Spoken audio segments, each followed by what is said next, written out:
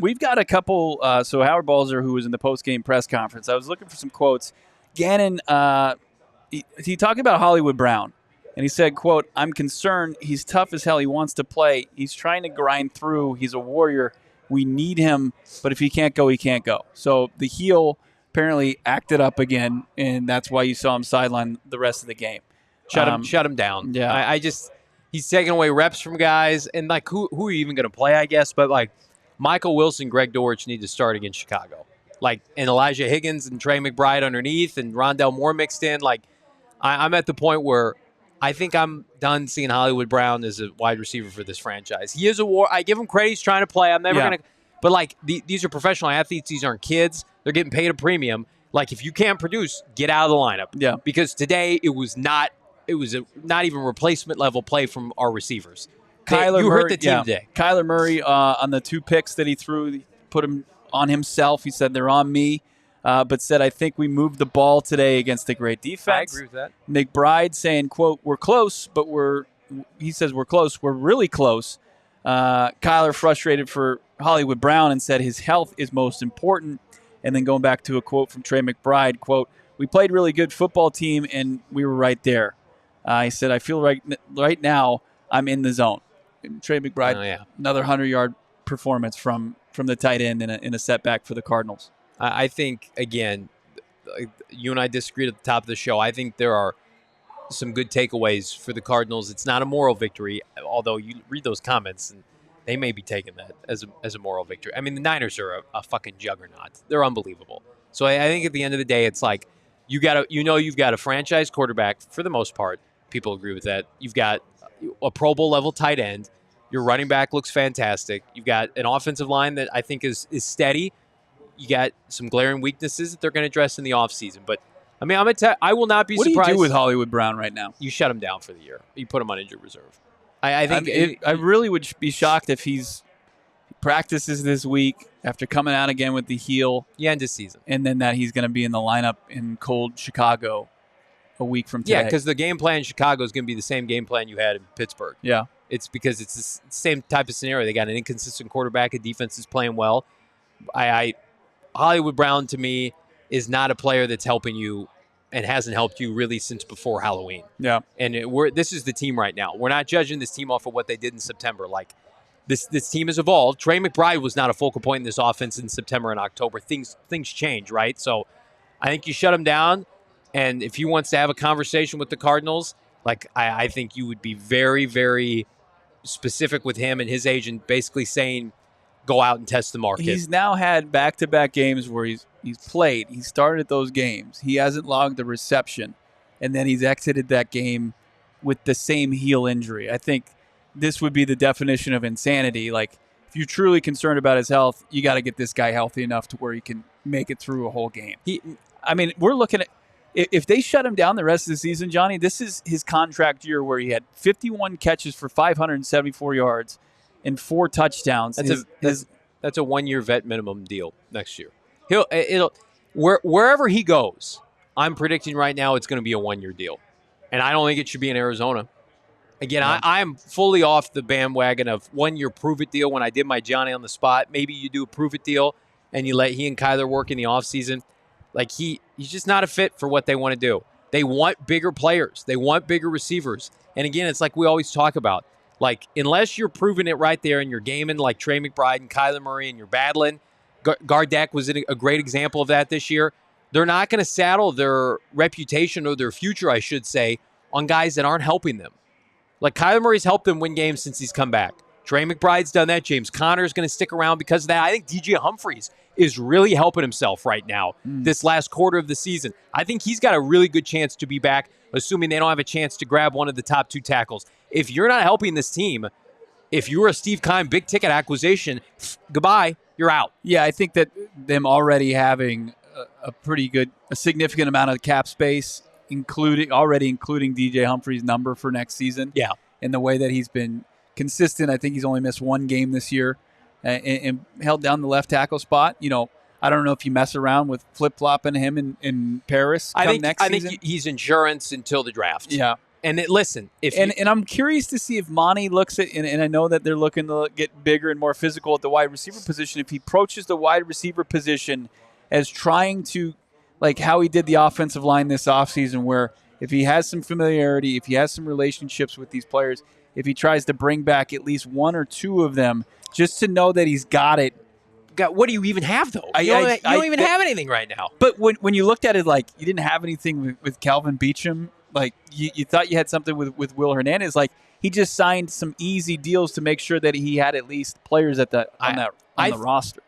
I think you saw enough good things from Beachum and Hernandez, though. I'm getting nothing from this group right now. Yeah. But you bring up a good point. I know we're going long here. Like this video, 300 likes is the goal. If you're not in a position to draft Marvin Harrison Jr. third overall, do you feel like it's a mandate now? They got to go get somebody in free agency. I almost feel like right now, like you can't get Marvin, and you're like, well, I'm going to get a mid-round or a mid-first round receiver with my first. When you don't know who's going to be available, I don't think you can skip wide receiver in free agency. But the thing is, like, some of it is out of your hand. Like, if Cincinnati pays T. Higgins, people get tagged, if they get tagged, if you might have to go pay Gabe Davis. Yeah, Calvin Ridley. Like, Jacksonville's going to have a tough. They're going to have to figure out because they're going to have to pay Josh Allen on the edge, and they're going to have to pay Calvin Ridley, who they traded for last season while he's out for gambling. And then there's the Michael Pittman Jr., who I think it's going to be a pretty easy decision for the Colts that if they can't sign him, that they would tag him, and they'd feel comfortable with the season that Pittman's had to give him $21 million for the franchise tag while they work out a deal. But yeah, Arizona Animal, like, then you look at the trade market, like Scary Terry McLaurin, maybe that's somebody who becomes an option for you. He's got the size. It is strange to see Sam Howell put up all these robust passing stats. Now I know a lot of them are empty calories for a bad team, but why is he not, the top guy there? But I think that he's gonna have to get creative outside of, like, if they get the third overall pick and they're in a prime position to get Marvin Harrison Jr. I still think, Gabe Davis is off of back-to-back no-catch games. He's got his numbers are barely better than Hollywood's. Okay. But he's 6'2", and I think if you're going to allocate some marginal funds to a receiver, you're going to do it with your type. You're going to do it with a Gabe Davis, and you're not going to double down on what's not working. I think you could go into the draft with Michael Wilson, Gabe Davis, and then try to get a first-round receiver and maybe add one on day 3, and then just kind of let the chips fall where they may and see who ascends in training camp. I don't hate that plan. But I don't like the plan of Marvin's not available. Let's just re-sign Hollywood. Let's just go through the motions. I don't think that's. I mean, you talk to a lot of people. It's just like, well, you have to re-sign Hollywood. That's a mandate. You have nobody at that position. I think your eyes have been open to what doesn't work. The good thing is, there's relationships now on this coaching staff all over the league, including passing game coordinator Drew Terrell, who came from Washington. Another reason to point to Terry McLaurin or maybe that staff or that wide receiver core to bring in somebody just for a supplemental player. 3 players are going to be under contract once the final whistle blows on this team at the wide receiver position. Zach Pascal, who I'm not sure you could be as low as 2. Pascal might be under contract, but are they going to move forward with him? They have a spot for him outside of special teams.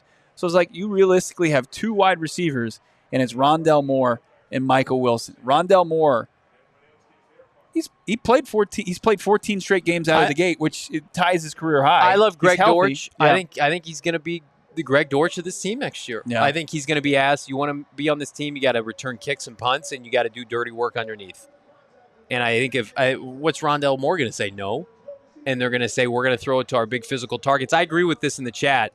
I think Kyler Murray, according to Robert, needs more time with Michael Wilson. I think that's a big part of this. Kyler came out and said, like, he's a great player. I need to make it work with him. I think it's a combination of Michael's injury, a rookie wall, Kyler's injury, Kyler's comfort level. I mean, that's really hard to ask of somebody. November, hey, work with this rookie receiver out of the 3rd round and just kind of have it simultaneously be plug and play. Dobbs made it look easier than I thought. carving up San Francisco. He had been here for an hour, but I think I'm not ready to punt on Michael Wilson as being a good starting receiver yet. You got to be open to it. He's got a couple games here, but I mean, they're going to have to add. They're not even throwing to him right now. 5 guys. I'm for it. Got the receiving core. Start over, because I think you people are going to scoff at this.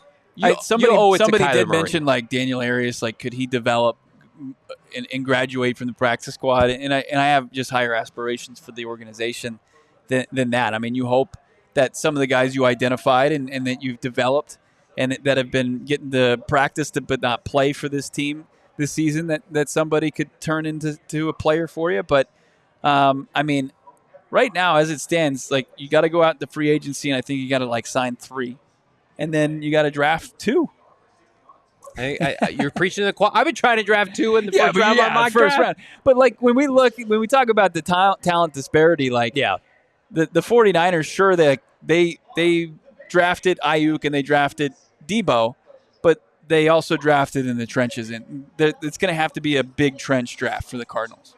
Right. It will be. But again, I trust that this franchise can do more with less at a lot of positions. You can't do that with receiver. If guys can't get open, they can't get open. And guess what? That puts pressure on your offensive tackles, offensive line, as it did today, and it puts pressure on Kyler Murray. And Kyler Murray went down. He's going to stay down. If guys can't separate and get open, and you can't have a rhythm in your passing game, Kyler Murray's going to get hurt again. Like, that's the reality of the situation. Now, he's a tough SOB. He came back in this game today. I thought he rallied and played okay. And I think the run game is on point. When they want to commit to the run, they've shown you. They've run it on Dallas. They've run it on San Francisco. They've run it on damn near everybody. They're top 10 in rushing. The passing game, I would not be surprised after this game if they're bottom 2 or 3 still in passing game. Like, that's got to be a priority. And I think it will be.